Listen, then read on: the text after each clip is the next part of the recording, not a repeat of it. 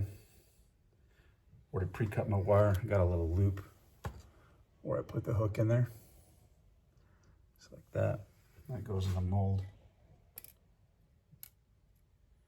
I have a placement that I like inside my mold that I know that's where I want the hook to be. Take it over to your, as close to the spout as you can, right down the center. If you don't heat up your mold prior, you won't get a good pour. And we're good, right there. All right, let's do another one. Got my wire. Hook up your hook into the mold.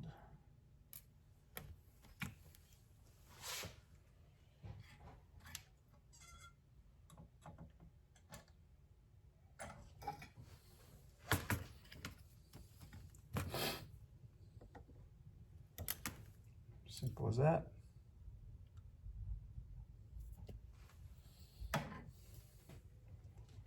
Good to go. All right, we'll show you the rest of the process of painting, putting the skirts on the blades, and show you my new colors I got coming out this year. Okay, welcome back. I finished cleaning up the spinnerbait heads, polished them up, got the bend going on the wire. As you guys can see that's a bend that I do. Since my wire is pretty light wire, I want that for the vibration. So if I did the regular R bend that you see on most spinnerbaits, this will straighten out on any kind of fish that's over 2.5, 3 pounds, and you don't want that. It'll just be too hard to keep that thing tuned. So I came up with this little bend right there. It's not something that's proprietary or anything like that. There's other companies that have that bend, so it's nothing new, but it does help in the stability of the spinnerbait. And the longevity of it too. So that does definitely help out. But I'm gonna go ahead and make up some colors today, some new ones that I've come up with. I haven't really tested a few of them out. They do work, and don't mind sharing those with you guys. So kind of go through some of my stuff that we're gonna use today. I got these little trays that we have a Big Lots out here, and I keep my paint cups in there. So I write on the tops of them so I can see what they are. In case the sticker wears off on the side and stuff like that, or falls off and I don't know what they are, but I do that. And I got those all lined up on top of a shelf up here. I have these brushes that I get from Harbor Freight. I think they're used for solvent tanks and stuff like that for cleaning parts, but they work great for paint. So what I have is, I got two or three different colors I'm gonna use, and I'm gonna use that. Some guys do use an airbrush. I don't. I do a paintbrush instead, and I'll kind of show you that little technique. It's kind of cool. But I get paint cups from like Hobby Lobby, Michael's, or something like that, or dollar store. If you can find little Tupperware cups like that, they work really well for mixing colors, because a lot of my colors are mixed to match the skirts that I get. You can buy all these different, and I'll show you. I got multiple colors of paints up there. Kind of show you what I got going on here so you guys can see. So those are all my paints with my molds all lined up. I do have a few base coat fluid beds. We're going to start out with a base of white. So here's my white going right now. I got it hooked up to a fish tank aerator, so you guys can see the paint is starting to bubble really good. It's kind of like lava. That's what you want. So you want that. Goes on really nice, and keeps it nice and even. Keeps the paint from getting all junked up and stuff like that. You want to keep a little pick tool around in case you do get a clump of paint on there. You can pick it off, and then you want to keep a brush around in case you do miss a spot when it does go through the fluid bed.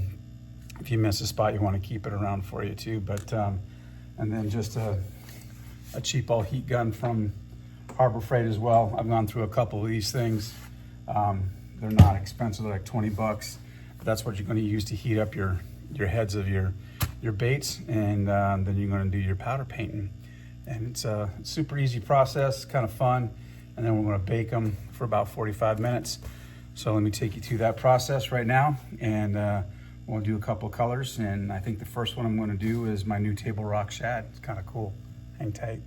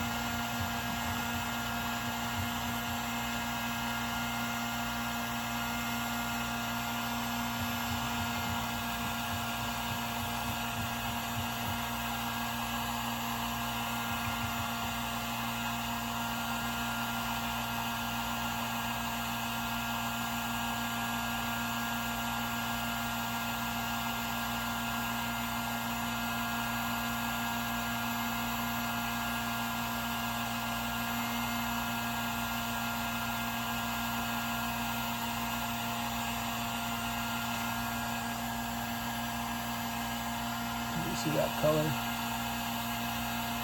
There you go.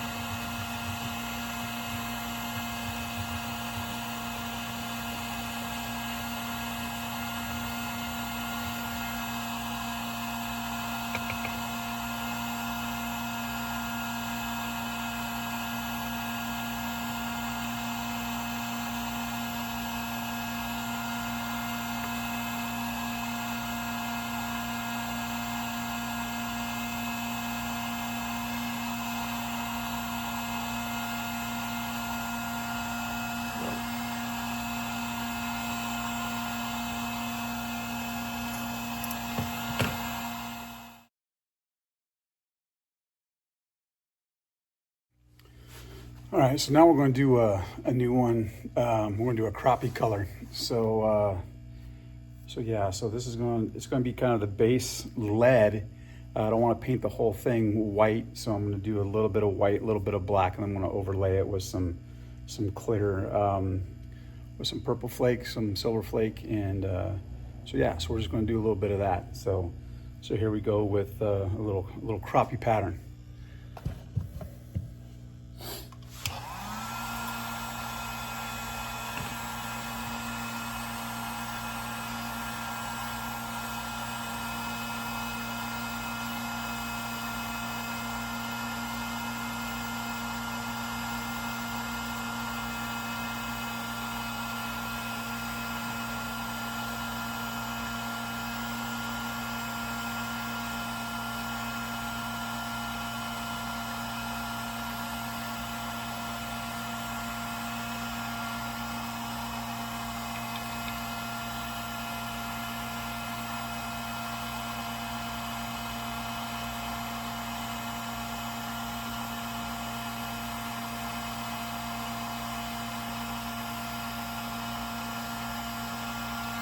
Just wanted a dusting. I didn't want like a ton of white, so now I'm just going to dust a little bit of the black.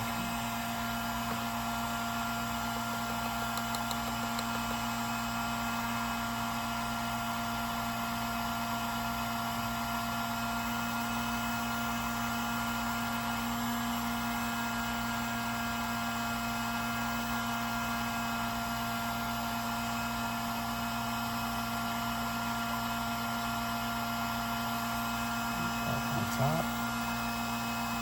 Oh, some pretty cool.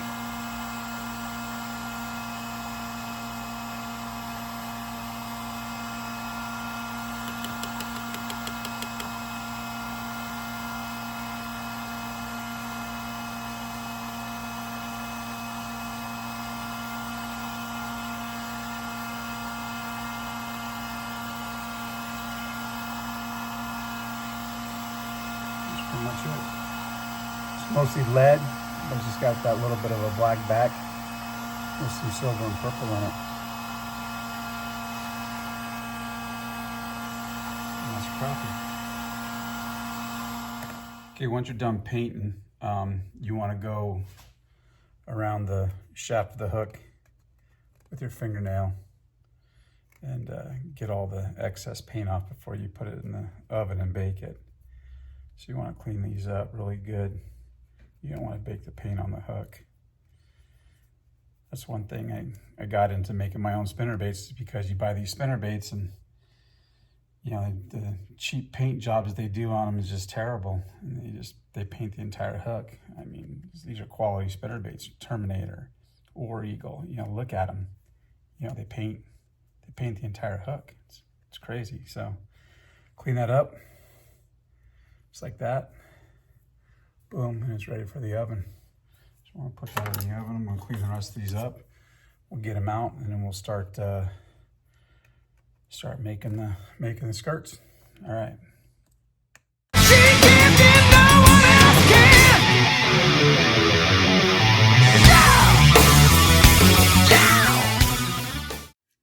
Okay, so we're done baking.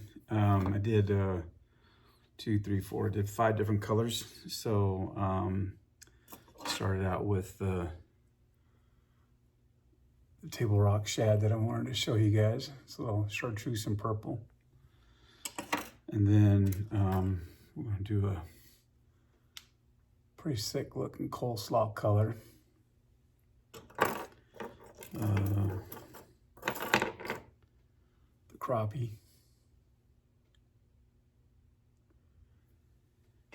I did a carp. Kind of like a little baby carp color.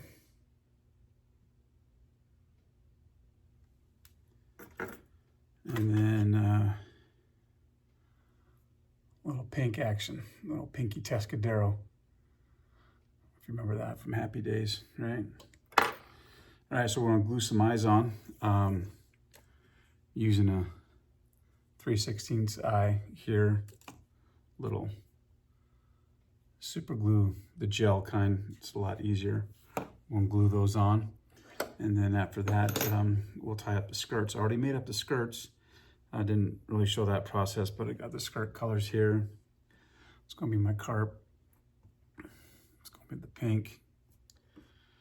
That's gonna be the table rock shad. And then that's gonna be the crappie. I didn't do the coleslaw one yet, so, but we'll get that one up too. And we'll tie up a few and have you some finished products. All right.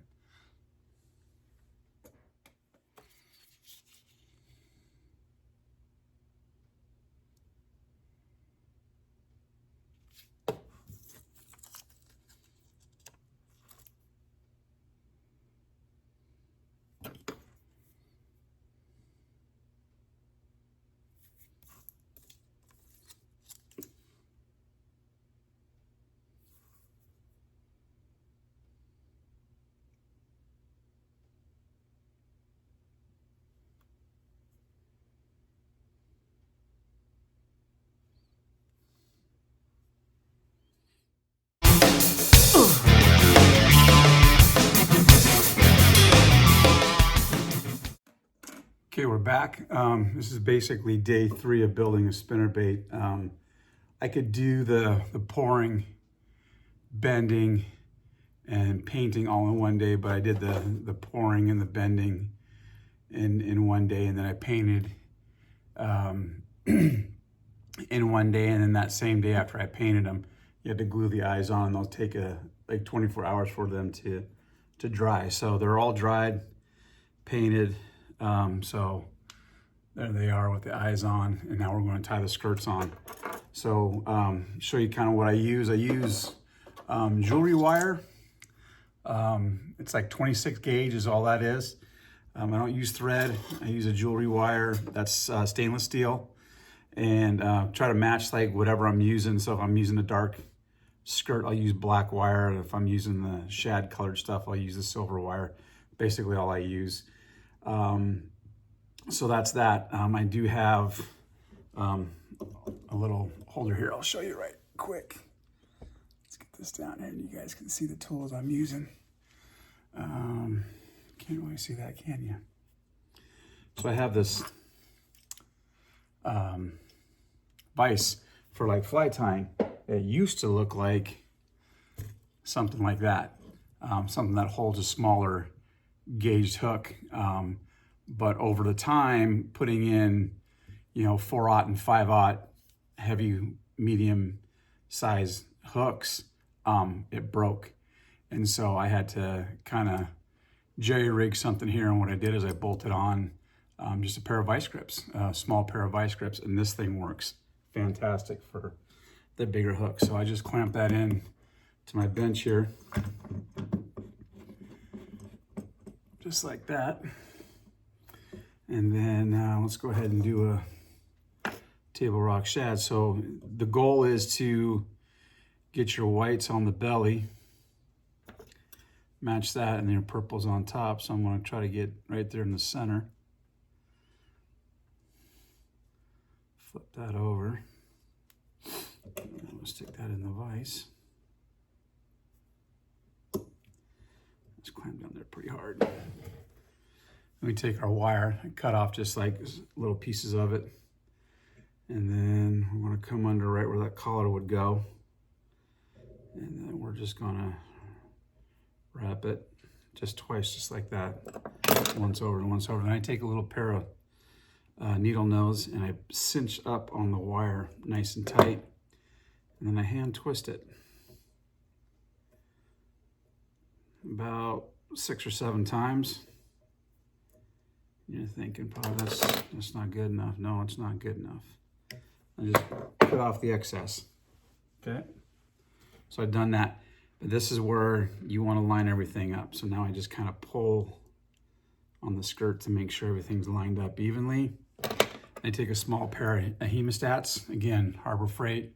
These things are fantastic. And you clamp onto that little twist you made and pull up super tight. And you spin it until you feel it nice and tight. You'll get a feel for it. You go too far, it'll break. Snip off the excess, not too tight. And then I just crimp down the rest. And there you go, and that's it. Just like that. And then we pull off the little rubber collar. Okay, and we can use that for another day. I take a good pair of scissors. And I'm just going to snip off the ends of that. Snip off the ends of that. And then the top. And then there you go, you're layered. Okay. Got my purple on top, got my chartreuse in the middle, so to speak, and I got my white on the bottom. So I'm pretty dialed in there to match the head and the paint that I did. So that's money right there. I can take this, pinch down the skirt, and take it to the end to where I see where it kind of is. I leave my skirts long, and then you guys can trim it up however you want. Some people like a trailer hook, some people like a trailer. So I just kind of leave it like that. And then we'll add all the components to it, and that's a piece of cake. That's not hard at all. You just kind of follow that. But that's it right there. All right, so let's do a crappie one. So there's that one. I'll do the carp one later. Let's do a crappie one. I think that crappie's gonna look freaking smoking hot. So let's take the crappie, same situation. I want my lights on the bottom. I want my dark on top. So my light color is that right there. So that's gonna go on the bottom. You can try to manipulate it a little bit. Get it right in the middle. Fold it over. Clamp it down. Lay it on top the best you can. Not a big deal, because that's why you're gonna not cinch it down just yet. Once over, and then up. Cinch those up nice and tight. And twist. 1, 2, 3, 4, 5, 6 is good. Cut off the excess, and then this is where we start lining stuff up. I can see that I got my dark over a little bit too far, so I'm just going to grab it, pull it over a little bit like that. Pull too tight, you'll break them. You can manipulate it just like that. Hemostat. Pull up nice and tight. About 3 or 4 turns is all you need. You go too far, it'll break, and then you got to redo it. So you'll get a feel for it. Cut off, and then just kind of push down that little excess of wire. Good to go. Pull off your collar.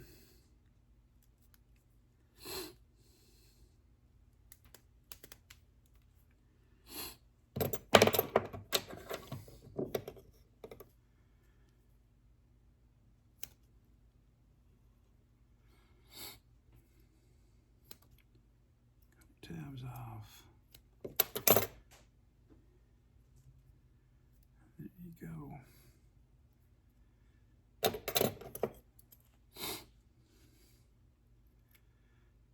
Just take my scissors and kind of pull these apart. They get kind of sticky sometimes. And you can still turn it if you need to.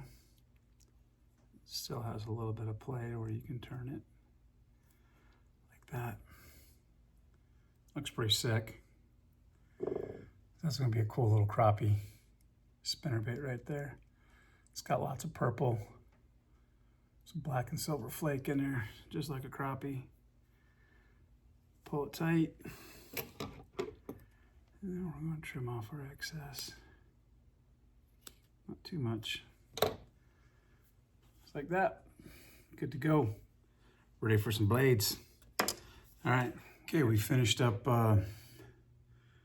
putting the skirts on and all the hardware for the spinnerbait. So let me go through some of my new colors for 2024. I'm gonna start out with my crappie color. Love these blades. The only dilemma is they don't make them anymore, so I have very limited stock on those. It really matches that skirt really well, so I think that's going to be money. But I think you can go traditional nickel and still get either double willow or this tandem right here with the Colorado willow. I think that's still going to be a great spinnerbait. And then the table rock shad, I'm just going traditional on that with my favorite combination with the gold Colorado nickel willow. I think that's just a great combination there as well. But that's cool. I'm gonna call this one Little Orange Crush. Kind of a coleslaw pattern, a little bit more orange than chartreuse. I'm with double painted blades there, but again, I'm 100% custom, so I can do any color. I did this one with an orange Colorado and chartreuse willow, so that's pretty sick. I think the smallmouth are going to be all over that come springtime. Around the beds, another loud one. My Pinky T. Oh, Pinky Tescadero. I could do nickel blades on there, but I think the pink blades just even make it more loud and obnoxious. I think the louder the better on that one. And last but not least is I got inspiration from this blade that I found. This blade is just a kind of it's a painted brass, and I thought it was very carp looking. So I came up with a carp pattern spinnerbait. I think that might be deadly during the spring too as well, around the beds. So, yep. So there's new colors for 2024. You know, look me up on Instagram. You can find me there. I'm totally underground. So, yeah, so that's it. Happy New Year, everybody. And thank you to those that, that support me. And we'll see you on the water.